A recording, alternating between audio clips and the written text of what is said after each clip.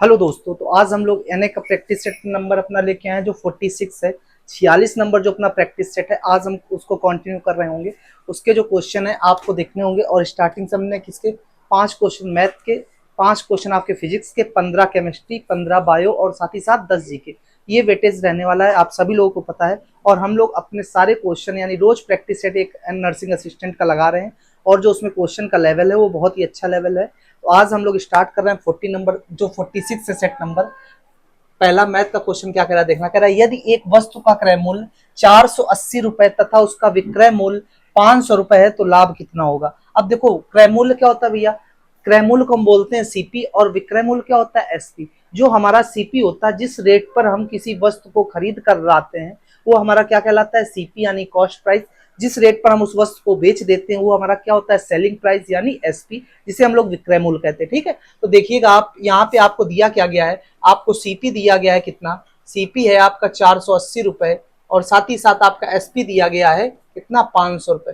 मतलब आपने किसी वस्तु को 480 रुपए में खरीदा है और उसको 500 रुपए में बेच दिया है, तो क्या हुआ, या तो आपको प्रॉफिट होगा या तो आपको लॉस होगा। प्रॉफिट हो रहा है कितने का हो रहा है, तो प्रॉफिट हो रहा है आपको 20 रुपए का। किस पर हो रहा है, हमेशा सीपी। जब तक आपसे विक्रय मूल्य कहा ना जाए कि आपको विक्रय मूल्य पर लाभ ज्ञात करना है, तब तक आप हमेशा क्या लेंगे सीपी। तो किस पर 480 रुपए पर, और प्रतिशत के लिए कितना 100। काटो भैया कितना आ जाएगा 1/24। यहां से देखोगे तो 100/24। 4 से काटो 25, 4 से काटो 6, यहां से आप निकाल लोगे तो कितना आ जाएगा 4 सही 1/6% का लाभ। कितने का, 4 सही 1/6% का लाभ। इस ऑप्शन को आप करेक्ट कर लेंगे, 4 सही 1/6% जो दिया गया है सी ऑप्शन। 4 सही 1/6, 25 सही 25/6%, ये आपका क्या हो जाएगा लाभ हो जाएगा यानी प्रॉफिट हो जाएगा। तो बात समझ में आ गई होगी। सीपी कितना 480, एसपी कितना 500, प्रॉफिट कितने रुपए का 20 रुपए का। किस पर 480 रुपए पर और प्रतिशत के लिए 100। तो 4 सही 1/6%, ये हमारा क्या हो जाएगा प्रॉफिट हो जाएगा। नेक्स्ट क्वेश्चन की बात करेंगे। नेक्स्ट क्वेश्चन क्या कह रहा है देखना। कह रहा एक व्यक्ति ने 2 वर्ष के लिए 10% वार्षिक दर से 7500 रुपए उधार लिए तो उसे कितनी राशि लौटानी पड़ेगी। तो पहले कुछ बातें समझना, ये आपका एसआई चैप्टर है। क्या है एसआई यानी सिंपल इंटरेस्ट। इसमें आपको क्या क्या पता होना चाहिए, प्रिंसिपल, रेट और टाइम, और एक शब्द आ जाता है आपका अमाउंट। क्या आ जाता है भैया अमाउंट। आपने किसी से 20,000 रुपए उधार लिया तो वो क्या है हमारा प्रिंसिपल। तो आप क्या कह सकते हो, प्रिंसिपल हमारा हो सकता है उधार ली गई राशि या उधार दी गई राशि, हमारा क्या कहलाता है प्रिंसिपल, यानी जिसको हम बोलते हैं क्या मूलधन। क्या बोलते हैं मूलधन। रेट ऑफ इंटरेस्ट क्या होता है आपका, जिसे हम लोग ब्याज दर बोलते हैं। ये क्या होता है, जिस रेट पर आपका पैसा दिया जाता है, क्या जिस रेट पर आपका पैसा उधार दिया जाता है उसको हम बोलते हैं दर। यानी कहा गया कि 10,000 रुपए की राशि 5% वार्षिक ब्याज से उधार दी जाती है, तो 5% ये इसका क्या है 5% आपकी ब्याज की दर हो जाती है। ठीक है, आपसे कहा गया कितने समय के लिए, कितने समय के लिए 2 महीने के लिए, 2 साल के लिए, मतलब जितने समय के लिए आपका पैसा उधार दिया गया वो हमारा क्या हो गया, वो हमारा हो गया समय। और अमाउंट क्या होता है, जो पैसा आपने उधार दिया उससे मिलने वाला हमारा क्या है ब्याज। अगर हम अपने पैसे के साथ उस ब्याज को भी मिला दें तो वो हमारा क्या हो जाएगा अमाउंट, यानी जिसे आप क्या कहेंगे मिश्रधन कहेंगे। क्या कहेंगे मिश्रधन कहेंगे। तो अमाउंट जो आपका होता है, अमाउंट जो होता है क्या होता है प्रिंसिपल प्लस इंटरेस्ट। क्या हो जाता है प्रिंसिपल प्लस, तो ए बराबर पी प्लस आई, ए बराबर पी प्लस आई। तो मिश्रधन बराबर मूलधन प्लस ब्याज। अब ब्याज अगर साधारण ब्याज का है तो उसका होगा, चक्रवृद्धि ब्याज है तो उसका होगा। आप ध्यान रखेंगे जो अमाउंट होगा प्रिंसिपल प्लस इंटरेस्ट के बराबर होगा। ठीक है, अब आ जाते हैं क्वेश्चन पे। क्वेश्चन में क्या कहा गया है आपसे, देखिएगा क्वेश्चन क्या कह रहा है। क्वेश्चन क्या कह रहा है आपसे, देखिए कह रहा है कि एक व्यक्ति ने 2 वर्ष के लिए 10% वार्षिक दर से कितने 7500 रुपए उधार लिया, उसे कितनी राशि लौटानी पड़ेगी। तो आपके पास फॉर्मूला क्या होता है P into R into T बटे 100। ये किसके बराबर एसआई यानी सिंपल इंटरेस्ट के बराबर होता है। जो हमारा साधारण ब्याज होता है मूलधन गुणे दर गुणे समय बटे 100 के बराबर होता है। और ये आपको मूलधन कितना दिया गया है 7500 रुपए दिया गया है, 7500 रुपए आपको मूलधन दिया गया है। जो ब्याज की दर है वो कितनी दी गई है 10% दी गई है, और साथ ही साथ कितने समय के लिए 2 वर्ष के लिए। कितने समय के लिए? 2 वर्ष के लिए। और बटे कितना? 100। कितना हो गया यहाँ से आपका ब्याज? यहाँ से आपका जो ब्याज निकल के आया सिंपल इंटरेस्ट कितना आ गया भैया? 1500 रुपए। जो आपका साधारण ब्याज आया वो कितना आ गया? 1500 रुपए। अब आपसे अगर ब्याज पूछा गया होता तो 1500 रुपए, लेकिन आपसे पूछा क्या है? आपसे पूछा अमाउंट। अमाउंट क्या होता? प्रिंसिपल 7500 प्लस आपका यहाँ से ब्याज कितना आ गया? 1500 रुपए। कितना आ गया? 1500। तो जो यहाँ से आपका अमाउंट हो गया कितना हो गया? टोटल पैसा 9000 रुपए। ऑप्शन नंबर 4 9000 रुपए इसका करेक्ट जवाब हो जाएगा आपका ऑप्शन नंबर 4। ठीक, नेक्स्ट क्वेश्चन की बात करेंगे। नेक्स्ट क्वेश्चन क्या कह रहा है? कह रहा एक व्यक्ति ने कुछ आम 10 रुपए के 2 के भाव से खरीद कर 18 रुपए के 3 के भाव से बेच दिया, तो सौदे में उसका लाभ प्रतिशत क्या होगा? तो देखना, आपको यहां पर लिखना है मूल्य, यहां पर आपको लिखना है क्या भैया? मूल्य। और यहां पर क्या लिखना है? वस्तु। वस्तु। ठीक, क्या कह रहा है आपसे? कह रहा 10 रुपए में 2 के भाव से और 18 रुपए में 3 के भाव से। कह रहा कि 10 रुपए में क्या? 10 रुपए में 2 के भाव से खरीद कर 18 रुपए में 3 के भाव से बेच दिया, तो आपके 10 रुपए के हिसाब से 2 और 18 रुपए के हिसाब से 3। तो यहां से आप निकाल लोगे तो देखो यहां से कितना आ गया? 10 से 30 हो गया और 18 दूनी 36। 10 से 30 हो गया और 36, और बटे में हमेशा क्या रहेगा? ये वाली वैल्यू रहेगी यानी 30। और परसेंट के लिए क्या भैया? 100। यहां से अंतर आप देखो कितने का आ गया? 6। 6 बटे 30 इंटू 100। 6 पंचे 30 यानी 20%। कितना आ गया? 20%। तो इस क्वेश्चन का जो राइट जवाब है वो कितना हो जाएगा? 20%। तो समझना 10 से 2, 18 से 3, तो 10 तिहाई 30, 18 दूनी 36 यानी 6 बटे 30, 1 बटे 5 यानी 20%। देखो यार, तुम्हें करना क्या है? आपको करना ये है कि मैथ के जो 5 क्वेश्चन आ रहे हैं आपको उसके लिए बहुत ही अच्छे चैप्टर से रिवीजन करके रखना होगा। यहाँ पे अपने प्रैक्टिस सेट चल रहे हैं और प्रैक्टिस सेट का काम होता है कि वहां पे आप क्वेश्चन को सीधे निकालना, ना कि आपको सारे फॉर्म्स वहां बताए जाएंगे। जिस तरह से आप क्लास में पढ़ते हो वो सारी चीजें यहाँ नहीं कराई जा सकती हैं, यहाँ पर सीधे आपको क्वेश्चन कराए जाएंगे। आपका बस यहाँ से क्या है, अगर आपने चैप्टर्स को अच्छे से पढ़ रखे हैं तो यहाँ पे आपके सारे डाउट्स क्लियर हो जाते हैं। ठीक है, तो आप लोगों को बस इतना करना है, आपको चैप्टर्स को पढ़ के रखना है, यहाँ से आप डाउट्स को क्लियर कर रहे होंगे। ठीक है, क्वेश्चन नंबर 4 की हम बात करेंगे। 4 क्या कह रहा है? कह रहा एक मैच प्रातः 9:30 पे आरंभ होता है तथा शाम 3:15 पर समाप्त हुआ, तो मैच कितने समय तक चला? तो मैच कितने समय तक चला देखना। क्या कह रहा है कि 9:30 पर शुरू होता है और 3:15 पर समाप्त होता है। क्या? 9:30 पर शुरू होता है, 3:15 पर समाप्त होता है। देखना, कह रहा कि कोई मैच है आपका 9:30 पर शुरू हो जाता है। क्या? 9:30 पर शुरू हो जाता है और कब तक चलता है? 3:15। कितना? 3:15। तो अब आपको बस यही पूछा गया है। क्या पूछा गया है? कि मैच कितने समय तक चला। 9:30 से 10:30 1, 11:30 2, 12:30 3, 1:30 4 और 2:30 5। 2:30 तक आपका यहाँ देखो 2:30 मतलब 2:30 बजे तक यहाँ तक आपके कितने घंटे मैच चल चुका है? कितने घंटे? 5 घंटे। कितने घंटे? 5 घंटे यहाँ तक आपका मैच चल चुका है। और यहाँ से यहाँ तक कितने मिनट हो जाएंगे? 45 मिनट हो जाएंगे। कितने हो जाएंगे? 45 मिनट हो जाएंगे। यहां से आप देखोगे तो क्या 5 घंटे 45 मिनट यहाँ से आपका राइट आंसर हो जाएगा 5:45 मिनट। ठीक है, तो सारी बातें आपको भैया समझ में आ रही होंगी। इसका जो सही जवाब हो जाएगा क्या? 5 घंटे 45 मिनट, जो ऑप्शन नंबर 2 में दिया गया है आपको। 5 घंटे 45 मिनट, ऑप्शन नंबर 2 आपका करेक्ट हो जाएगा। ठीक है, क्वेश्चन नंबर 5 की बात कर लेंगे जो आपका दिया गया है। कह रहा एक बस 72 किलोमीटर प्रति घंटा की गति से जा रही है, उसकी गति मीटर प्रति सेकंड में क्या होगा? कोई बस है, उसकी गति आपको दे दी गई है। क्या? उसकी गति आपको दे दी गई है 72 किलोमीटर प्रति घंटा। ठीक, तो कह रहा कि मीटर प्रति सेकंड में क्या होगी? एक चीज ध्यान रखना, अगर आपको जो चाल है या गति है मीटर पर सेकंड में दी गई है और उसको किलोमीटर प्रति घंटे में बनाना है तो उसमें 18/5 से गुणा करेंगे, और अगर आपको किलोमीटर प्रति घंटे में दी गई है मीटर पर सेकंड में बनानी तो 5/18 से गुणा कर दोगे। तो यहाँ पे किसमें बनाना है? 5/18 से गुणा कर दोगे, यानी मीटर पर सेकंड में अब आपकी बन चुकी है ये मीटर पर 18 चौको 72 यानी 5 चौको 20, 5 चौको 20 यानी 20 मीटर पर सेकंड इसका राइट आंसर हो जाएगा। ठीक है, 20 मीटर पर सेकंड, यानी ऑप्शन नंबर 2 आपका करेक्ट हो जाएगा। ठीक है, नेक्स्ट क्वेश्चन पे आ जाओ जो 6 कह रहा है। क्या कह रहा है? ये क्वेश्चन अपने आ गए जीके के। 10 क्वेश्चन अब आपको जीके के देखने। क्या कह रहा है? कह रहा किस भारतीय ने अर्थव्यवस्था में नोबेल मेमोरियल पुरस्कार जीता? मतलब वह कौन सा भारतीय था जिसने अर्थव्यवस्था में नोबेल पुरस्कार जीता? तो आप सभी लोग नोबेल पुरस्कार के बारे में जानते होंगे। जो नोबेल पुरस्कार था जिसकी शुरुआत सन 1901 ईस्वी में होती है, 1901 ईस्वी में होती है, और ये किसके द्वारा?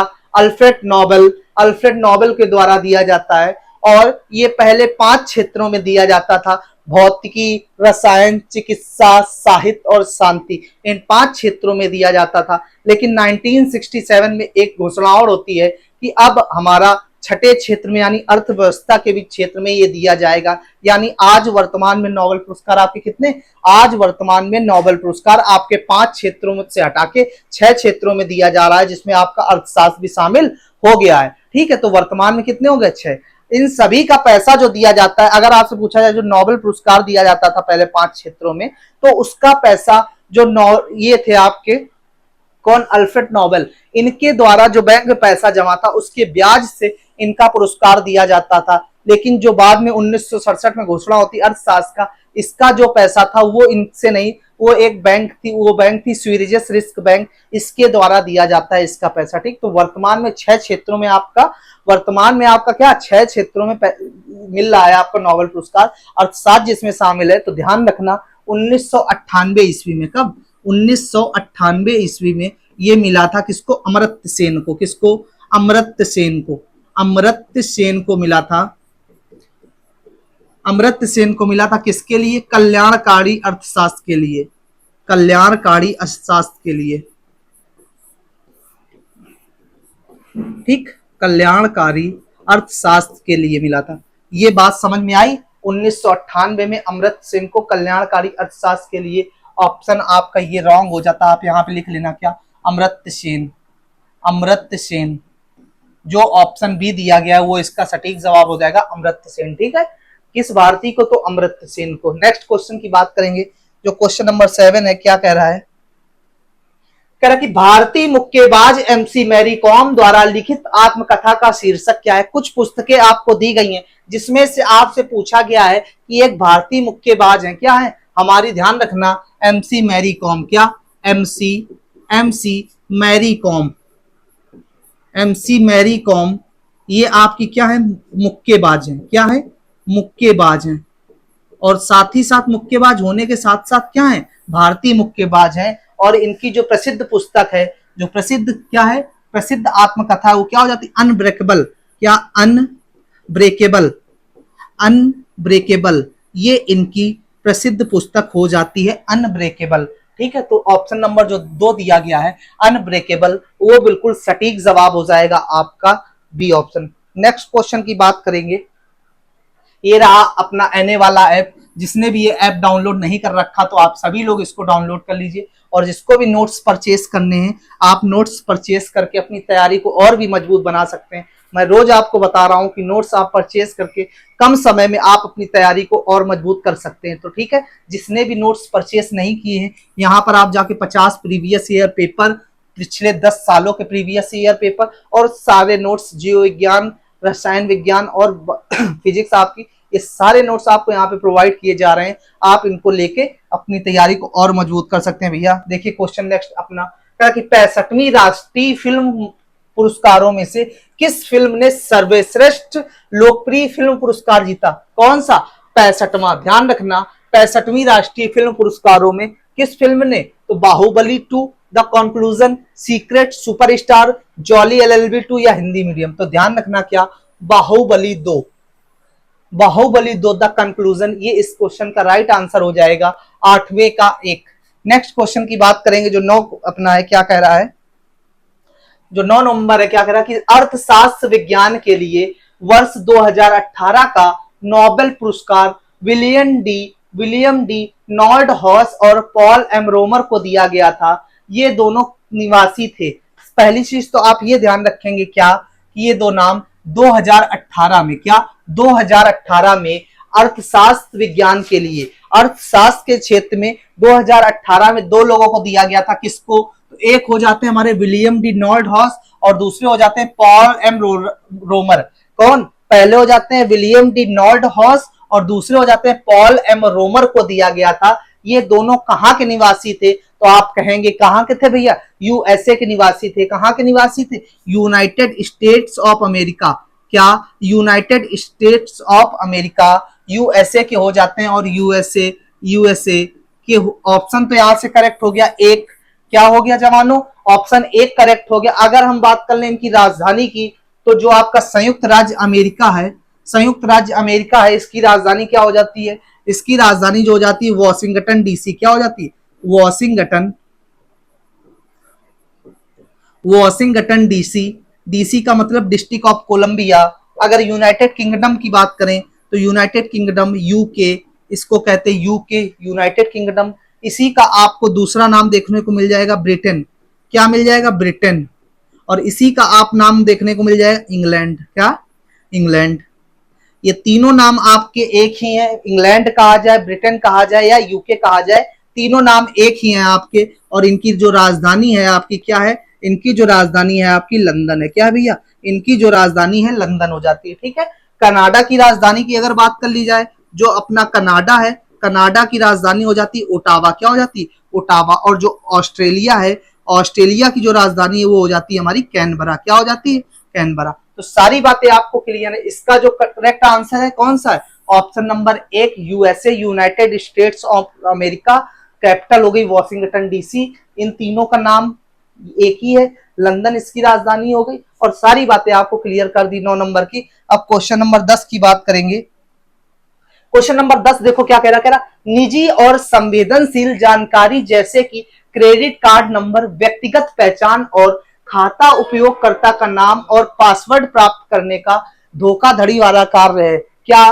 क्रेडिट कार्ड नंबर, व्यक्तिगत पहचान और खाता उपयोगकर्ता का नाम, पासवर्ड और प्राप्त करने का धोखाधड़ी वाला काम है। ऑप्शन दिया गया मेलवेयर, ट्रोजन, हैकिंग या फिशिंग। तो आप ध्यान रखना कि क्रेडिट कार्ड नंबर और व्यक्तिगत पहचान जो भी है, इनके लिए जो धोखाधड़ी वाला काम है क्या कहलाता है? वो कहलाता है हैकिंग। क्या कहलाता है भैया? हैकिंग। जो ऑप्शन नंबर 3 दिया गया है आपका, बिल्कुल करेक्ट जवाब हो जाएगा। क्या? उसका जवाब हो जाएगा आपका hacking. Hacking is the right answer. Hacking is the right answer. Okay, next question की बात करेंगे। नेक्स्ट क्वेश्चन क्या कह रहा है कि चित्रकूट जलप्रपात भारत के किस राज्य में स्थित है? कौन सा? चित्रकूट जलप्रपात। चित्रकूट जलप्रपात ये भारत के किस राज्य में स्थित है? भारत के किस राज्य में स्थित है? 4 ऑप्शन दिए गए हैं, झारखंड, उत्तराखंड, छत्तीसगढ़ और मेघालय। तो आप ध्यान रखेंगे जो चित्रकूट है वो किस राज्य में स्थित है? छत्तीसगढ़ में। कहा? छत्तीसगढ़ में हो जाता है। जो आपका ऑप्शन नंबर 3 में दिया गया है छत्तीसगढ़, वो इसका राइट जवाब हो जाएगा। क्या? छत्तीसगढ़। ठीक है। अगर इनकी राजधानियों की बात कर लो आप, तो झारखंड की राजधानी क्या हो जाती है? झारखंड की राजधानी हो जाती है रांची। झारखंड की राजधानी हो जाती है रांची। उत्तराखंड की हो जाती देहरादून। उत्तराखंड की हो जाती क्या? देहरादून। छत्तीसगढ़ की हो जाती रायपुर। छत्तीसगढ़ की हो जाती है रायपुर। मेघालय की हो जाती है शिलोंग।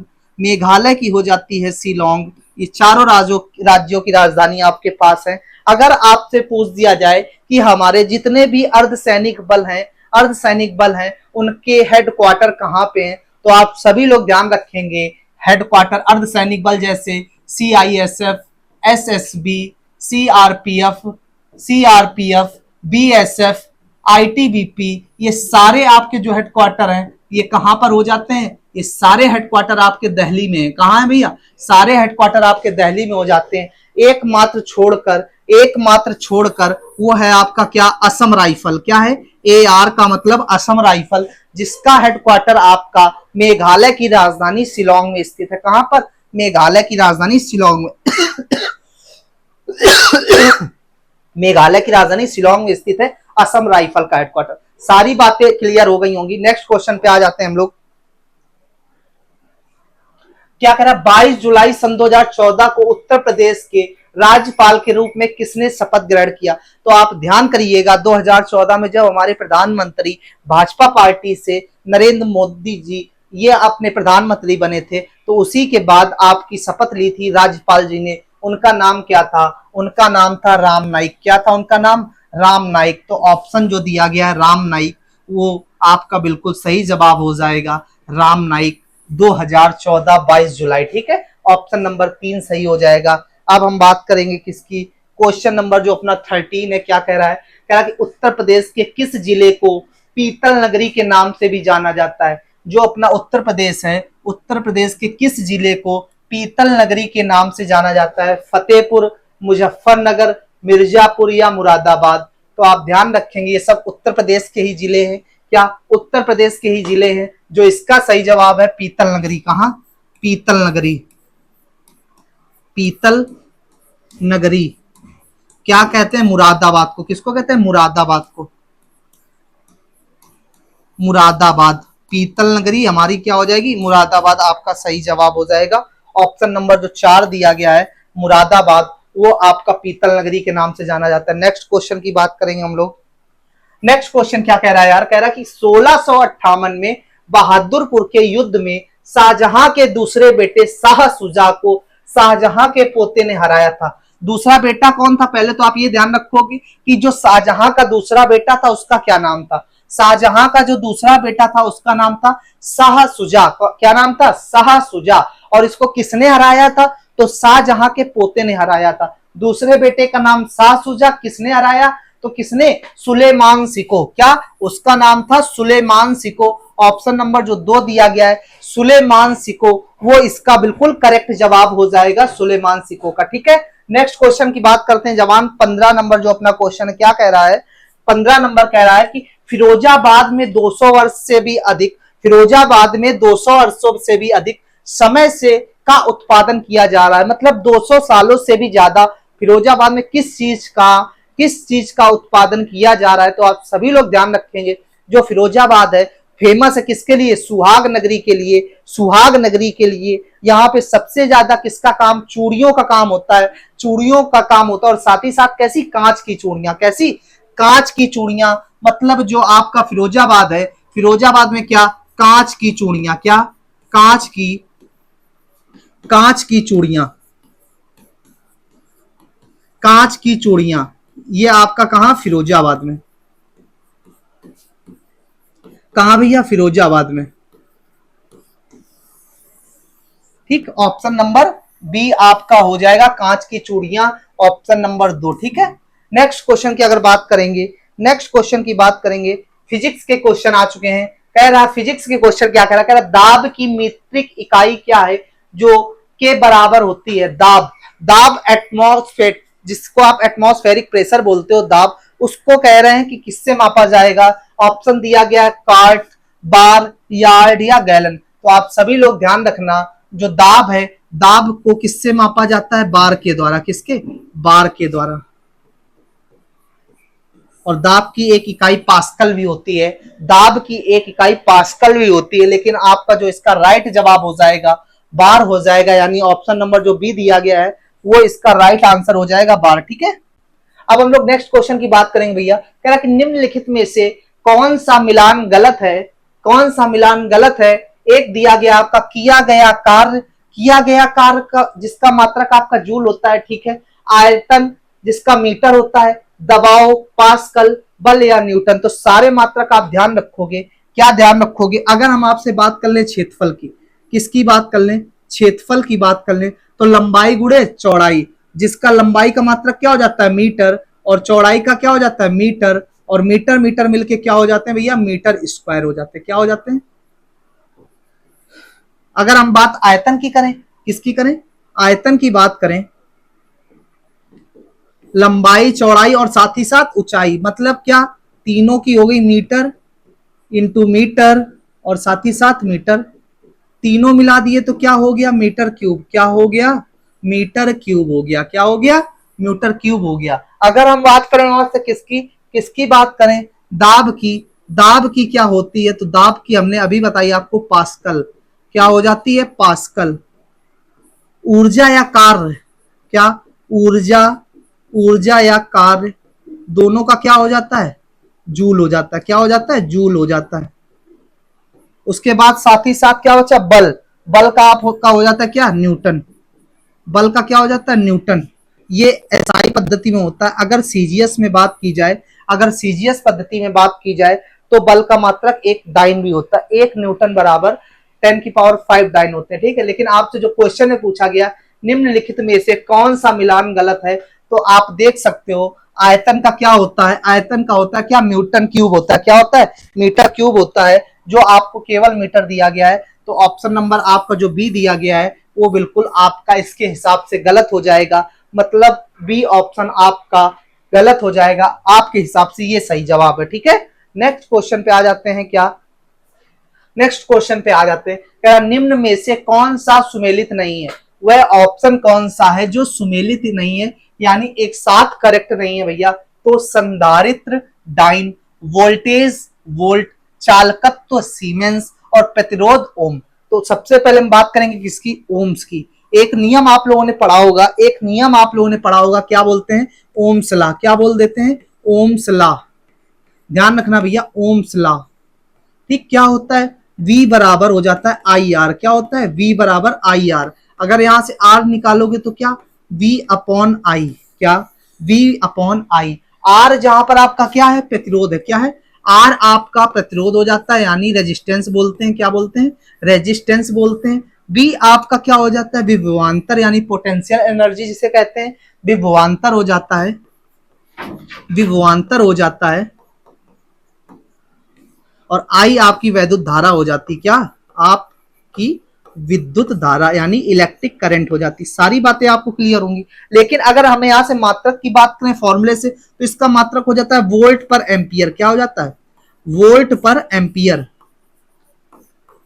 वोल्ट पर एम्पियर। ये मात्रक हो जाता है आपका प्रतिरोध का। लेकिन अगर एसआई यूनिट पूछी जाए कि प्रतिरोध का मात्रक क्या होता है, तो प्रतिरोध का मात्रक होता है ओम। क्या होता है, प्रतिरोध का मात्रक होता है ओम। लेकिन साथ ही साथ अगर हम लोग चालकत्व देखें, चालकत्व, चालकत्व जो होता है आपका क्या होता है, चालकत्व आपका जो होता है वो क्या होता है, 1/, प्रतिरोध होता है। क्या होता है, 1/, प्रतिरोध हो जाता है, 1/, प्रतिरोध।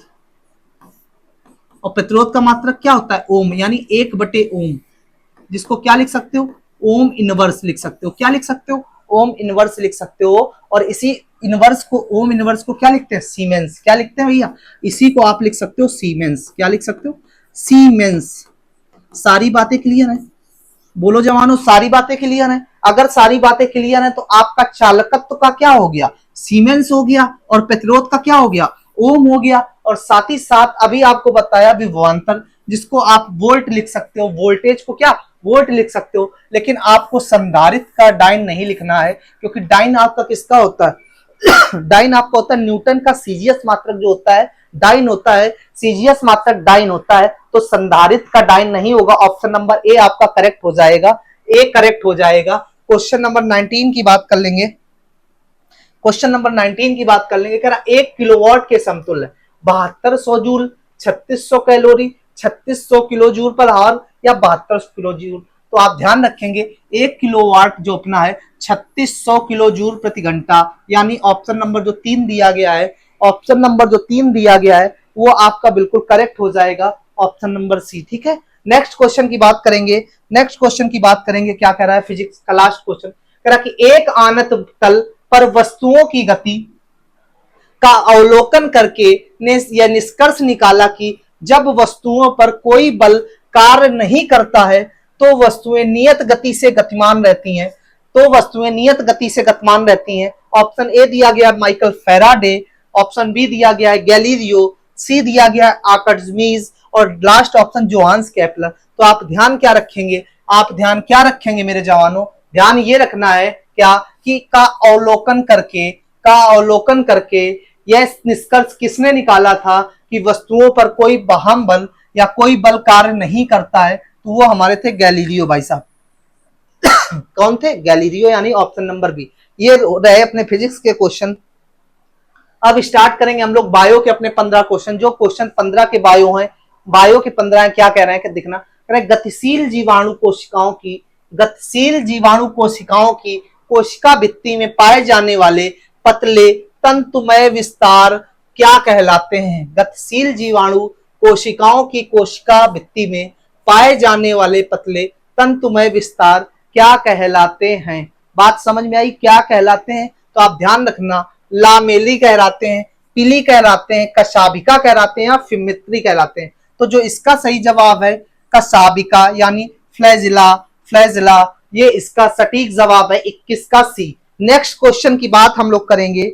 नेक्स्ट क्वेश्चन की बात करेंगे, कह रहा है क्या कि निम्नलिखित में से कौन सा स्वस्थ भोजन के लिए इंडियन फूड गाइड पिरामिड में शामिल नहीं है? तो आप सभी लोग जानते हैं क्या क्या आप सभी लोग जानते हो मेरे जवान कि जितनी भी चीजें हैं खाने में ताकत या कुछ ना कुछ हमें देती हैं, कौन से ऐसे हैं जिनसे हमें शरीर को कोई भी एनर्जी नहीं मिलती है? तो देखो, दाल और फलियां। तो आप सभी लोग जानते हैं, आप सभी लोग जानते हैं क्या, आप सभी लोग जानते हैं, देखना, दालें और फलियां ये जो आपको दी गई हैं, दालों से आपको क्या मिलता है? दालों से आपको मिल जाता है प्रोटीन, दालों से प्रोटीन मिल जाता है, दूध, मांस उत्पाद, ये सब ताकत के चीजें हैं, वसा और शर्करा, इनसे कुछ ना कुछ हमें मिलता है। लेकिन जो मादक पदार्थ यानी अल्कोहल, तंबाकू, इन सब चीजों से हमारे शरीर को कोई भी लाभ या कोई भी ऐसी चीज नहीं मिलती जो हमारे लिए फायदे की हो। तो ध्यान रखना, निम्नलिखित में से कौन सा स्वस्थ भोजन के लिए इंडियन फूड गाइडलाइन पिरामिड में शामिल नहीं है? तो मादक पदार्थ या मादक पेय शामिल नहीं है। नेक्स्ट क्वेश्चन की बात करेंगे, कह रहा कि अनाज में कौन सा प्रोटीन पाया जाता है? जो अनाज होते हैं अपने, अनाज में कौन सा प्रोटीन पाया जाता है? तो अनाज में कौन सा प्रोटीन भैया? आर्जिनिन, ग्लूटेन, डेल्टा प्रोटीन या गम प्रोटीन। चार ऑप्शन आपको दिए गए हैं, चार ऑप्शन आपको दिए गए हैं। क्या कह रहा है? कह रहा है कि जो ग्लूटेन है या आर्जिनिन है, डेल्टा प्रोटीन है, गम प्रोटीन है। तो आप ध्यान रखना, ग्लूटेन जो इसका होगा वो सही जवाब हो जाएगा, ग्लूटेन जो होगा वो इसका सटीक जवाब हो जाएगा। तो आप सभी लोग बहुत ही बेहतर तरीके से पढ़ते रहो यार। देखो, आपका इंतजार घर में हो रहा है, आपके माता पिता को एक आपसे आस है। उसमें आस क्या है आपकी? सबसे बड़ी आस ये है कि आपको एक नौकरी पानी है, नौकरी पाके आपको अपने भाई बहन, माता पिता सभी के लिए कुछ ना कुछ करना है, क्योंकि आपकी एक आस आपके घर के कई सदस्यों से जुड़ी हुई है। अगर कई सदस्यों से जुड़ी हुई है तो आपको उस पर निखर के काम करना है, मतलब आपको अपनी पूरी ताकत से इसको काम को करना है। अगर आप अपने घर में एक वर्दी लेकर जाते हो तो आप अपने गांव, समाज, अपने घर के लिए अपने आप में बहुत बड़ी एक ताकत बन जाओगे, क्योंकि आप वो काम करके ले जाओगे जिससे आपका घर सुधरने वाला है, आपके माता पिता का भी भविष्य सुधरने वाला है, क्योंकि साथ ही साथ आपके भाई बहन जो भी होंगे उनका भी सुधर जाएगा। एक आपकी मेहनत पूरे घर को अगर सुधार रही है तो आपको इतनी मेहनत करनी है, इतनी मेहनत करनी है कि आपको किसी के आगे झुकना ना पड़े और आप वर्दी लेकर अपने घर जाएं। तो आप पूरी ताकत, मेहनत और लगन के साथ इतनी पढ़ाई करो, इतनी पढ़ाई करो कि वर्दी आपके कदमों में हो। ठीक है, तो आप सभी लोग भैया इतनी मेहनत करते जाओ कि वर्दी आपके पास हो जाए। ठीक है, नेक्स्ट क्वेश्चन की हम लोग बात करेंगे। 23 का हो गया आपका बी। 24 की बात करेंगे। 24 नंबर क्या कह रहा है? देखना, 24 नंबर क्या कह रहा है? कह रहा गाजर में मौजूद प्रोविटामिन ए या कैंसर रोधी यौगिक क्या कहलाता है? देखना, जो भी आपके विटामिन है, तो विटामिन के बारे में सबसे पहले जानेंगे। क्या कह रहे हैं कि विटामिन, सबसे पहले तो आप ये ध्यान रखो कि जो हमारे विटामिन है, जो हमारे विटामिन है, इनसे हमारे शरीर को कोई भी ऊर्जा नहीं मिलती है। क्या? विटामिन से हमारे शरीर को कोई भी ऊर्जा नहीं मिलती है। साथ ही साथ अगर ऊर्जा मिलती नहीं तो इनका काम क्या होता है? इनका काम होता है कि जो शरीर में हमारी उपापचयी क्रियाएं होती हैं, जो भी हमारे शरीर में उपापचयी क्रियाएं हो रही होती हैं, उनमें ये क्या, उनमें मेटाबॉलिज्म को मजबूत करने का काम करता है। यानी उपापचयी क्रियाओं में ये क्या होते हैं? सहायक होते हैं, यानी मेटाबॉलिज्म को मजबूत कर रहे होते हैं। ठीक है, अगर हम आपसे कहें कि विटामिन की खोज किसने की थी, तो वो की थी कासिमिर फंक ने। किसने? Casimir Funk. कासिमिर फंक, आपको शॉर्ट में लिखा मिलेगा सी फंक। तो अगर आपसे कोई पूछ दे, अगर आपसे कोई पूछ दे इनका पूरा नाम, तो आप क्या बताओगे? Casimir Funk. अब उसके बाद आपके विटामिन होते कितने हैं?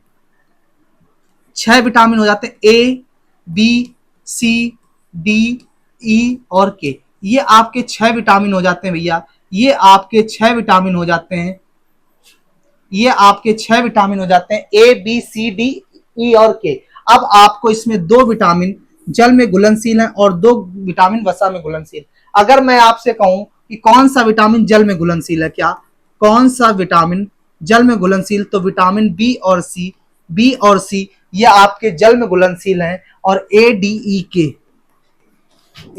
ई के ये 4 विटामिन है आपके जो वसा में घुलनशील हैं। तो ध्यान रखना ये आपके वाटर सॉल्यूबल हैं और ये आपके फैट सॉल्यूबल हैं। ठीक, 4 और 2 6। अब बात आएगी आपसे क्या, जो विटामिन होते हैं, विटामिन एक हो जाता है आपका vitamin A, vitamin B, vitamin C, vitamin D, vitamin E और साथ ही साथ विटामिन के। ये जवान हमारे 6 विटामिन होते हैं। क्या जवानों, 6 विटामिन होते हैं।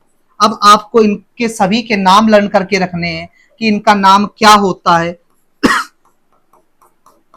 तो आपको नाम और इनसे होने वाली जो बीमारियां हैं ये पता होना चाहिए। जो हमारा ए है उससे क्या होता है, तो विटामिन ए का जो नाम होता है वो होता है रेटिनॉल। क्या होता है, रेटिनॉल। रेटिनॉल रेटिनॉल हो जाता है। जो विटामिन बी होता है, विटामिन बी के कई पार्ट होते हैं, लेकिन आप साथ में ये देख के चलेंगे कि विटामिन के कौन कौन से पार्ट हैं। तो पहले तो आप ये देख लो विटामिन बी को क्या कहते हैं, तो विटामिन बी को थाइमीन कहा जाता है। क्या, thiamine.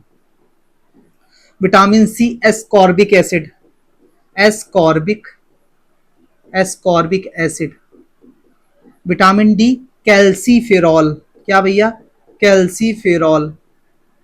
Vitamin E tocopherol, tocopherol. Vitamin K को क्या बोल दोगे, नेफ्थोक्विनोन या फिलोक्विनोन, नेफ्थोक्विनोन या इसी को आप फिलोक्विनोन भी कह दोगे। ठीक है, तो विटामिन ए हो गया रेटिनॉल, बी हो गया थाइमीन, विटामिन सी हो गया एस्कॉर्बिक एसिड, डी हो गया क्या, कैल्सीफेरॉल, ई हो गया टोकोफेरॉल और के हो गया आपका क्या, नेफ्थोक्विनोन। अगर डिजीज की बात करें तो यहां से हो जाता है आपका क्या, नाइट ब्लाइंडनेस। क्या हो जाता है भैया, नाइट ब्लाइंडनेस, जिसे आप रंतौंधी कहते हो। क्या, रंतौंधी कह देते हो, रंतौंधी। या इसी से आप ध्यान रखोगे एक रोग और होता है, क्या बोलते हो उसे, जीरोफिथेल्पिया रोग भी विटामिन ए की ही कमी से होता है। अगर आपसे कहें कि पॉलिश किया हुआ चावल या गोल्डन राइस में कौन सा विटामिन पाया जाता है, तो आप ध्यान रखोगे इसमें विटामिन ए ही पाया जाता है, ए ही पाया जाता है। अब आपसे एक क्वेश्चन बीटा कैरोटीन भी पूछा जाएगा, जो बीटा कैरोटीन भी पूछा जाएगा, तो इसी विटामिन में आपका बीटा कैरोटीन भी होता है। क्या, बीटा कैरोटीन। ध्यान रखना भैया, क्या, बीटा कैरोटीन। ठीक, ये सारी बातें हो गई। विटामिन बी का जो होता है इससे होने वाला जो रोग है आपका बेरी बेरी। क्या है, बेरी बेरी। विटामिन सी जो होता है इससे होता है स्कर्वी। क्या होता है, स्कर्वी। और जो विटामिन डी होता है इससे हो जाता है आपका रिकेट्स, मतलब बच्चों की हड्डियां कमजोर। और बड़ों में अगर ये रोग होता है तो ऑस्ट्रोमलेशिया बोला जाता है। क्या, बच्चों में जो होगा तो उसको रिकेट्स बोलोगे, और बड़ों में अगर यही रोग होगा तो उसको ऑस्ट्रोमलेशिया बोलोगे। विटामिन ई जो होता है इससे क्या होता है, इनफर्टिलिटी। इनफर्टिलिटी इनफर्टिलिटी का मतलब क्या हो जाएगा, नपुंसकता यानी जनन क्षमता में कमी, औरतों में ये बांझपन कहलाता है। तो ध्यान रखना आप। और ये क्या होता है, ब्लड क्लॉटिंग यानी रक्त का थक्का जमना। क्या, रक्त का थक्का जमना। सारी बातें समझ में आ गई, रक्त का थक्का जमना। तो ये सारी बातें थी हमारी। अगर आप विटामिन बी के भी पार्ट पढ़ना चाहोगे तो ये मैं आपको बता दे रहा हूं, ये सारी बातें विटामिन की हो गई।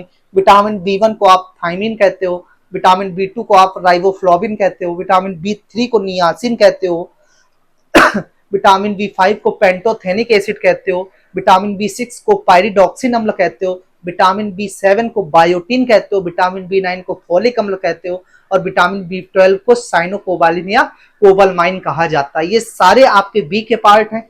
किसी दिन समय मिलेगा तो विटामिन पे एक वीडियो बनाया जाएगा। सारी बातें आपको वहां से हम क्लियर करते हुए चल रहे होंगे, लेकिन इतनी जानकारी आपके पास होनी चाहिए विटामिन में। यहाँ से अगर कोई क्वेश्चन पूछा जाए तो आप उस क्वेश्चन को निपटा दोगे और आगे बढ़ जाओगे। ठीक है, उस क्वेश्चन को निपटा के आप क्या करोगे, आगे बढ़ जाओगे। ठीक है, तो क्वेश्चन में कहा गया गाजर में मौजूद प्रोविटामिन ए या कैंसर रोधी यौगिक क्या कहलाता है? तो क्या अभी देखो beta carotene, alpha resin, delta terpenes या अल्फा टर्पिनाइड। तो अभी आपको बताया क्या बीटा कैरोटीन विटामिन ए में, बीटा कैरोटीन विटामिन ए में। और आप ध्यान रखना जो इसका सबसे अच्छा स्रोत है विटामिन ए का, सबसे अच्छा स्रोत जो है कौन सा है? गाजर। और ये किसकी, इसमें अगर आपकी कमी होती है तो आंखों में दिक्कत आती है, तो सबसे ज्यादा आप गाजर का सेवन करेंगे विटामिन ए के लिए। ठीक है, 24 का ए ऑप्शन हो जाता। अगर हम बात करें 25 की करें तो क्या है? निम्नलिखित में से कौन सा विकल्प सही ढंग से सुमेलित है? सर्वाहारी हरे पौधे, अपघटक अपघटक बैक्टीरिया, शाकाहारी द्वितीयक उपभोक्ता या मांसाहारी प्राथमिक उपभोक्ता। 4 ऑप्शन दिए गए हैं, जो सही है आपका ध्यान रखना, जो हमारे अपघटक होते हैं वो बैक्टीरिया।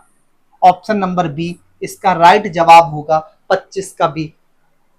अगर नेक्स्ट क्वेश्चन की बात करेंगे तो देखो क्या कह रहा है, कह रहा है कि 1866 में अर्नेस्ट हैकेल द्वारा पहली बार किस ग्रीक शब्द का उपयोग कार्बनिक और अकार्बनिक पर्यावरण, कार्बनिक और मतलब ऑर्गेनिक और इनऑर्गेनिक दोनों के साथ जंतुओं के संबंध को संदर्भित करने में किया गया था?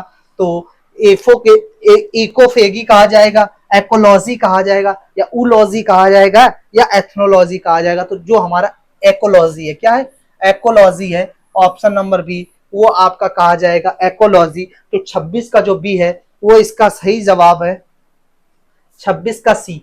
27 पे आ जाओ। सूत्री विभाजन द्वारा, सूत्री विभाजन की चौथी अवस्था क्या है जिसमें गैर काइनेटोकोर तर्क तंतु कोशिका को लंबी करती है और बढ़ाती? क्या अंत्यावस्था, मध्यावस्था, पूर्वावस्था और पश्चावस्था? तो आप ध्यान रखना सूत्री विभाजन अवस्था क्या है? वो है पश्चावस्था।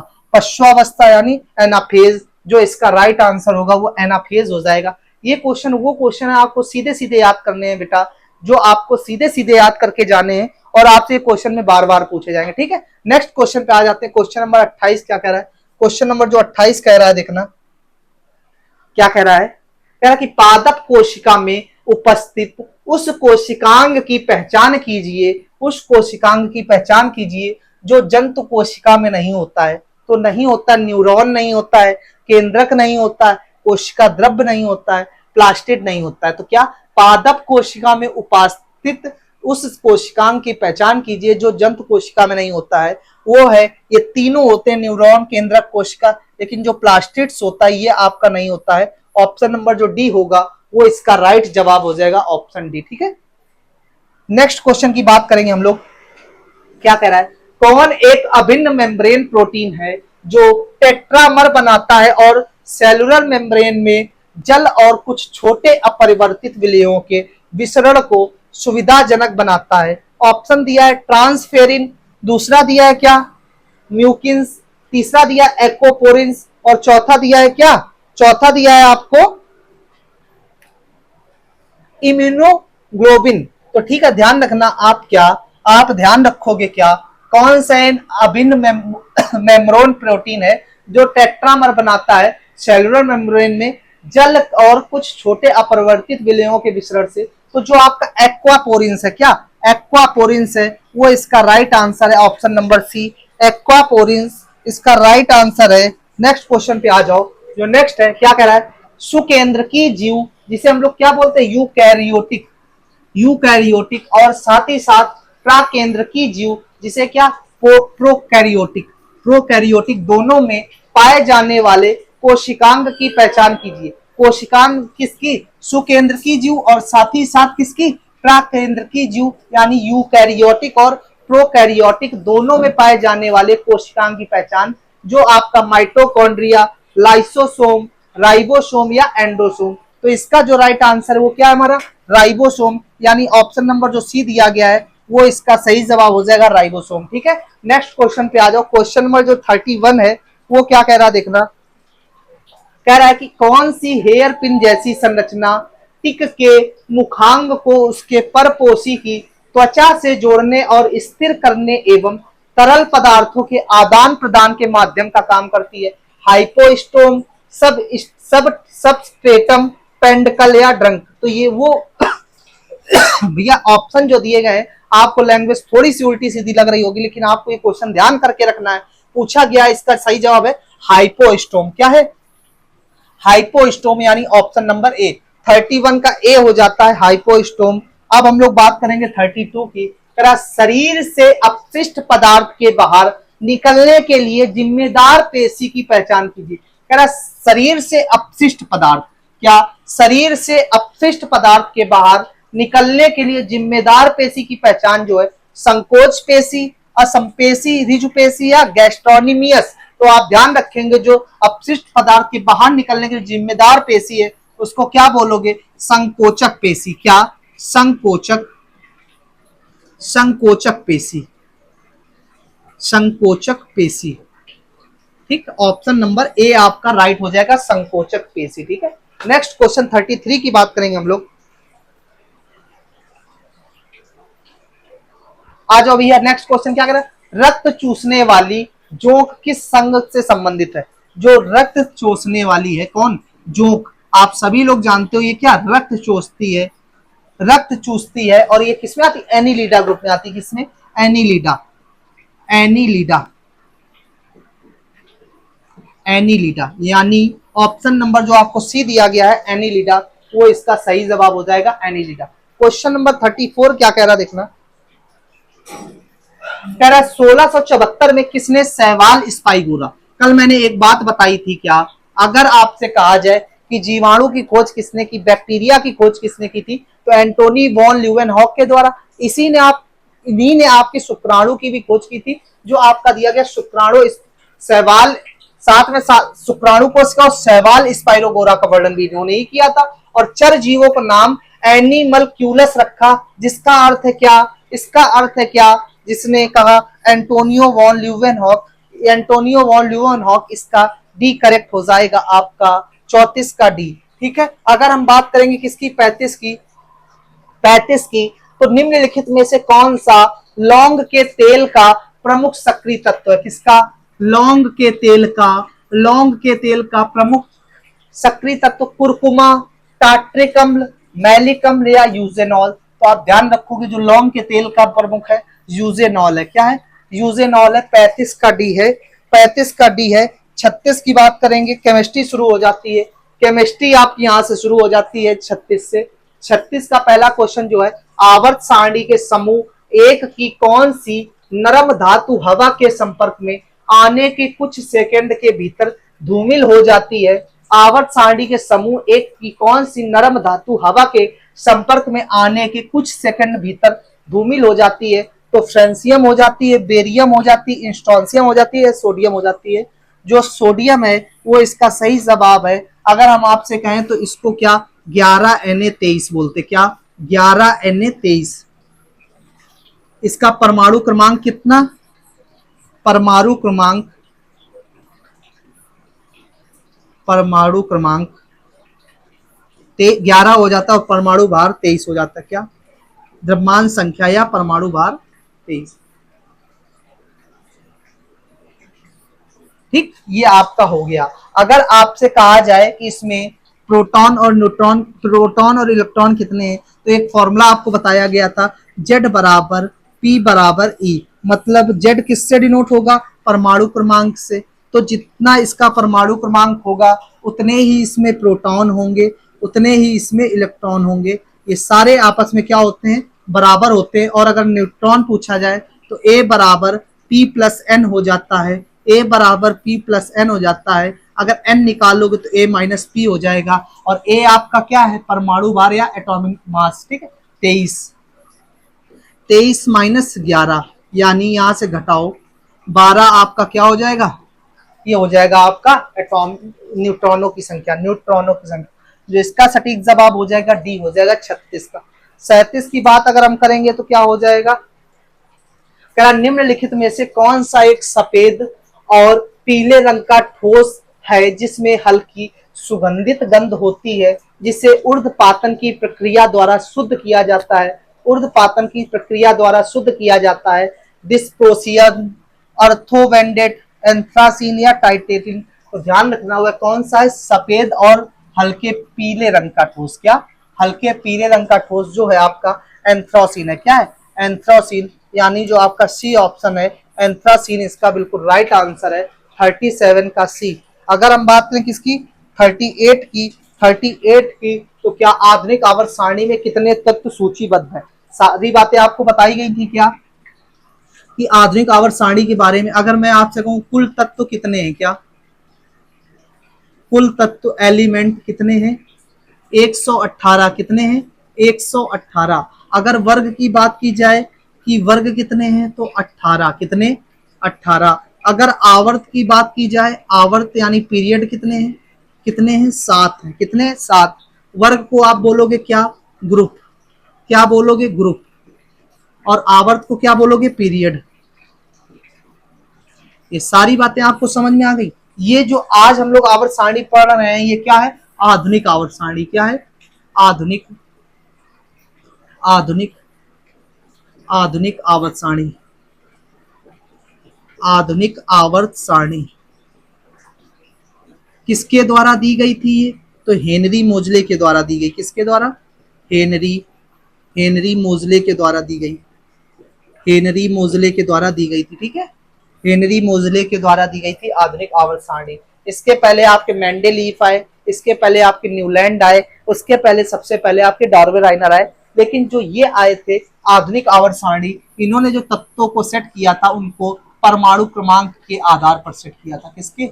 मतलब तत्वों के जो फल गुणन कहे थे कि जो तत्वों का फलन परमाणु क्रमांक पर आधारित होगा, एटॉमिक नंबर पर आधारित होगा। बाकी सभी ने परमाणु भारों पर आधारित किया था, इसीलिए सबकी पीरियोडिक टेबल गलत होती रही। जो आपके हेनरी मोजले भाई साहब थे, इनकी पीरियोडिक टेबल आज हम सही मान रहे हैं और इसी पे काम कर रहे हैं। ठीक है, इसका जो सही जवाब होगा आधुनिक आवर्त सारणी में कितने तत्व सूचीबद्ध हैं, तो 118, यानी जो डी ऑप्शन है वो राइट हो जाएगा। अगर अब हम बात करेंगे क्वेश्चन नंबर 39 की, परमाणु संख्या 35 वाले किस रासायनिक तत्व में तीक्ष्ण गंध वाला गहरा लाल भूरा तरल होता है? ऑप्शन दिया एस्टेटीन, क्लोरीन, ब्रोमीन, टेनिस्टीन। जो आपका परमाणु संख्या 35 वाला है, सभी लोग आप जानते हैं क्या? सभी लोग जानते हैं फ्लोरीन, क्लोरीन, ब्रोमीन, इसके बाद आयोडीन, एस्टाटीन। ये सब क्या है? हमारे हैलोजन समूह के हैं। किसके? हैलोजन समूह के हैं। अगर आपसे कोई पूछ दे किसके? हैलोजन समूह। और हैलोजन समूह के बाहरी कक्षा में कितने इलेक्ट्रॉन होते हैं? 7 इलेक्ट्रॉन होते हैं। कल के प्रैक्टिस सेट में आपको बताया गया था हैलोजन समूह में। ठीक है, अगर बात करूं फ्लोरीन की, तो इसका एटॉमिक नंबर हो जाता है 9। अगर इसकी बात करूं तो इसका हो जाता है 17, और इसका किया जाए तो 35। अगर आपने इतना भी याद कर रखा होता तो यहां से आपका काम हो जाता, और इसका सही जवाब ब्रोमीन हो जाता है, यानी 35 और 40 का सी, जिसका एटॉमिक नंबर 35 हो जाता। ठीक है, अब बात करेंगे जॉन डाल्टन ने सन 1808 ईस्वी में, किसमें? 1808 ईस्वी में रासायनिक अभिक्रियाओं को समझाने के लिए कौन सा सिद्धांत प्रकाशित किया था? कौन सा सिद्धांत? तो संयोजकता आबंध सिद्धांत, परमाणु सिद्धांत, या आणविक कक्षक सिद्धांत, या क्वांटम फील्ड सिद्धांत। तो आप ध्यान रखेंगे जो हमारा परमाणु सिद्धांत है वो इसका बिल्कुल सही जवाब है, 40 का बी। नेक्स्ट क्वेश्चन की बात करेंगे। नेक्स्ट क्वेश्चन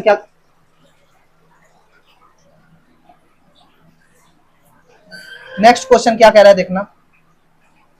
जो नेक्स्ट क्वेश्चन है आपका, कह रहा है रासायनिक आबंधों का बाल और स्प्रिंग मॉडल किसका पालन करता है? क्या रासायनिक आबंधों का बाल और स्प्रिंग मॉडल किसका पालन करता है? चार्ल्स का नियम, गुरुत्वाकर्षण का नियम, न्यूटन का नियम, या हुक का नियम? तो रासायनिक आबंधों का बॉल और स्प्रिंग मॉडल, क्या बॉल और स्प्रिंग मॉडल जो है वो किसको पालन करता है? तो हुक का नियम पालन करता है। किसका? हुक का नियम पालन करता है। ऑप्शन नंबर जो डी है वो। गुरुत्वाकर्षण नियम आप सभी लोग जानते हो, जो गुरुत्वाकर्षण नियतांक होता है जी होता है, उसका मान कितना होता है? 6.67 इंटू 10 की पावर -11 न्यूटन मीटर स्क्वायर प्रति kilogram square. Newton metre square प्रति किलोग्राम स्क्वायर। ये सारी बातें आपकी यहाँ क्लियर हो जाएंगी, और भी बहुत सारी बातें, लेकिन हम लोग यहाँ पे प्रैक्टिस सेट में मेन बातें लेकर चलेंगे। ठीक है, नेक्स्ट क्वेश्चन की बात करें हम लोग। कह रहा कि आईयूपीएसी नामकरण प्रणाली के अनुसार किस क्रियात्मक समूह की विशेषता OH समूह की उपस्थिति है, जो आमतौर पर पानी की तरह मुड़े हुए आकार में होता है? एमीन, कार्बोनिल, एस्टर या अल्कोहल। तो जो इसका सही जवाब है D option, alcohol. Alcohol, alcohol is the right answer. Alcohol यानी D option is the right answer. Next question की बात करेंगे जो 43 क्वेश्चन है, क्या कह रहा है 43 क्या कह रहा है देखना। तो वेल्डिंग के लिए व्यापक रूप से उपयोग की जाने वाली एसिटिलीन नामक हल्की ईथरी गंध वाली रंगहीन गैस का प्रणालीगत नाम क्या। वेल्डिंग एक शब्द ध्यान रखेंगे आप, क्या वेल्डिंग के लिए व्यापक रूप से उपयोग की जाने वाली एसिटिलीन, क्या एसिटिलीन नामक हल्की ईथरी गंध वाली रंगहीन गैस का प्रणालीगत नाम।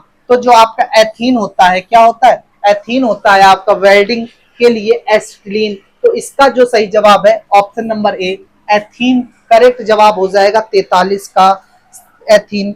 फिर आ जाता है आपका क्वेश्चन नंबर 44, क्या कह रहा है, कह रहा है कि रासायनिक उद्योग में कच्चे माल के रूप में व्यापक ना उपयोग किए जाने वाले कैल्शियम हाइड्रोक्साइड, क्या कैल्शियम हाइड्रोक्साइड। यहां से एक चीज आप ध्यान रखोगे, क्या जो आपका दिया गया कैल्शियम हाइड्रोक्साइड, कैल्शियम हाइड्रोक्साइड ये क्या होता है, ये होता है CaOH ट्वाइस। क्या होता है CaOH ट्वाइस। अगर आपसे कैल्शियम ऑक्साइड की बात की जाए, क्या अगर आपसे कैल्शियम ऑक्साइड की बात की जाए तो ये क्या हो जाएगा CaO। CaO आपका हो जाएगा कैल्शियम ऑक्साइड, ठीक है। नेक्स्ट क्वेश्चन जो कहा गया था आपसे, कैल्शियम हाइड्रोक्साइड के संतृप्त विलयन का सामान्य नाम है वो क्या है। तो बुझा हुआ चूना भी इसी को कहा जाता है, क्या स्लेक्ड लाइम यानी बुझा हुआ चूना भी इसी को कहा जाता है। जो ऑप्शन नंबर बी है आपका स्लेक्ड लाइम यानी बुझा हुआ चूना इसका सटीक जवाब हो जाएगा। नेक्स्ट क्वेश्चन की हम बात करेंगे, नेक्स्ट क्वेश्चन की बात करेंगे किसकी, जो आपका क्वेश्चन नंबर 45 कह रहा है कि अत्यधिक सांद्र सल्फ्यूरिक अम्ल, सल्फ्यूरिक अम्ल क्या होता है H2SO4, क्या होता है H2SO4 के साथ एथेनॉल को गर्म करने से निम्न में से क्या उत्पन्न होता है। अत्यधिक सांद्र सल्फ्यूरिक अम्ल के साथ एथेनॉल को गर्म करने से निम्न में से क्या उत्पन्न होता है। तो एथीन होता है, एथाइन होता है, ब्यूटेन होता है या एथेन होता है। तो आप ध्यान क्या रखोगे भैया, आप ध्यान रखोगे अगर मैं आपसे कहूं कार्बन के नंबर्स की, अगर कार्बन 1 है तो क्या होता है, एक कार्बन एल्केन मेथेन, 2 है तो क्या एथेन, 3 है तो प्रोपेन, 4 है तो ब्यूटेन, 5 है तो पेंटेन, 6 है तो हेक्सेन, 7 है तो सेप्टेन, 8 है तो ऑक्टेन, 9 है तो नॉन डेक, 10 है तो डेक। ये सारी बातें आपकी chain reaction carbon and its compound के चैप्टर में है। इस चैप्टर को आपको बहुत ही अच्छे से पढ़ते हुए चलना है ठीक है। इस क्वेश्चन का जो जवाब है वो एथीन हो जाएगा 45 का ए। 46 की अगर हम बात कर लें, 46 की बात करें तो कह रहा मरकरी क्लोराइड का लोकप्रिय नाम क्या है जिसका उपयोग प्रयोगशाला अभिकर्मक के रूप में और शुष्क बैटरियों में विध्रुवक के रूप में किया जाता है। कैलोमर, गैलेना, सोरा, फास्जीन, ये सारी चीजें आपने सुनी होंगी। एक वीडियो हम लोग आपको देंगे जिसमें सारे फॉर्मूले कराए जाएंगे, केमिस्ट्री के जितने भी सामान्य सूत्र या रासायनिक सूत्र बन सकते हैं उनके अन्य नाम भी बन सकते हैं। सारी बातें मैं आपको उस वीडियो में बता रहा हूँ, तो आपका काम है उस वीडियो को तब तक के लिए कहीं से पढ़ के रखना। जो भी आपने चैप्टर पढ़ा हो वहां से इसका एक टॉपिक है फॉर्मूलाज वाला, वो सब आप पढ़ के रखो, ठीक है। जो इसका सही जवाब है वो हमारा है कैलोमल, ऑप्शन नंबर ए 46 का ए। 47 की अगर बात कर लें, आणविक सूत्र CH वाला निम्नलिखित में से कौन सा यौगिक एसिटिलीन के हाइड्राइड से प्राप्त होता है। एलिल, विनाइल, प्रोपाजिल या एथिनिल। तो इसका जो सही जवाब है एथिनिल यानी डी ऑप्शन 47 का डी। 48 की अगर बात कर लें, जॉन न्यूलैंड, ये देखो न्यूलैंड कौन है जिन्होंने आवर्त सारणी दी थी, और न्यूलैंड कहां के रहने वाले थे, इंग्लैंड के रहने वाले थे। कहां के रहने वाले थे, इंग्लैंड के रहने वाले थे। और इंग्लैंड की राजधानी अभी आपको बताई थी लंदन होती है जो टेम्स नदी पर स्थित है। इस तत्व की पहचान करें जो आधुनिक आवर्त सारणी के आवर्त 6 से संबंधित नहीं है। 6 से संबंधित नहीं है तो टंगस्टन, रीनियम, प्लेटिनम ये आपके सभी किससे संबंधित है, आवर्त 6 से संबंधित है। लेकिन आपका जो सिलिकॉन है वो इससे संबंधित नहीं है, सी सही नहीं है, ठीक है। जो लास्ट हो जाएगा आपका, लास्ट हो जाएगा एंटोनी लेवोजियन ने किस वर्ष रासायनिक नामकरण के तरीके प्रकाशित किए जिसमें उन रासायनिक यौगिकों के नामकरण के नियम शामिल थे जो आज उपयोग में है, जो आज उपयोग में है। ये लास्ट क्वेश्चन है अपना, और इसका जवाब 1787 होगा, डी ऑप्शन हो जाएगा। इसका जो 48 का है क्या है, 1965 है, सॉरी 1865 है। 1865 इसका सही जवाब हो जाएगा। जो हमारा प्रैक्टिस सेट कल का था कौन सा था, 45 नंबर, कौन सा था 45। उसमें एक क्वेश्चन है आपका क्वेश्चन नंबर 13, क्वेश्चन नंबर 13 उसका जो सही जवाब है, उसका सही जवाब आप देख लेना, बी ऑप्शन होगा। कौन सा होगा, 13 का ऑप्शन नंबर बी राइट होगा उसका। और एक क्वेश्चन मैंने आपको कमेंट में दिया था, जो आपका क्वेश्चन था 20 नंबर, कौन सा था 20 नंबर, कमेंट में आपको आंसर करना था। उसका जो सही जवाब होगा 1:1, मतलब 1:1। ये दोनों क्वेश्चन आप देख लेंगे, जो कमेंट में आंसर करना था उसका सही जवाब है 1:1, और 13 का जो सही है वो है बी, जवाब आपका बिल्कुल सही हो जाएगा। तो ये आज क्वेश्चन रहे आपके 48 का आंसर 1865 हो जाएगा। ठीक है, सारी बातें क्लियर हो गई होंगी। आपको बस इन क्वेश्चनों को बहुत ही अच्छे तरीके से पढ़ते रहना है, और आगे इसी तरह से हम लोग प्रैक्टिस सेट ला रहे होंगे। बस आपका काम है कि रिवीजन करते रहना समय समय पर, क्योंकि एग्जाम आपका बहुत ही पास है। पढ़ते रहिए और अच्छे से आप अपने कंटेंट को तैयार करते रहिए। मिलते हैं कल हम लोग। जय हिंद।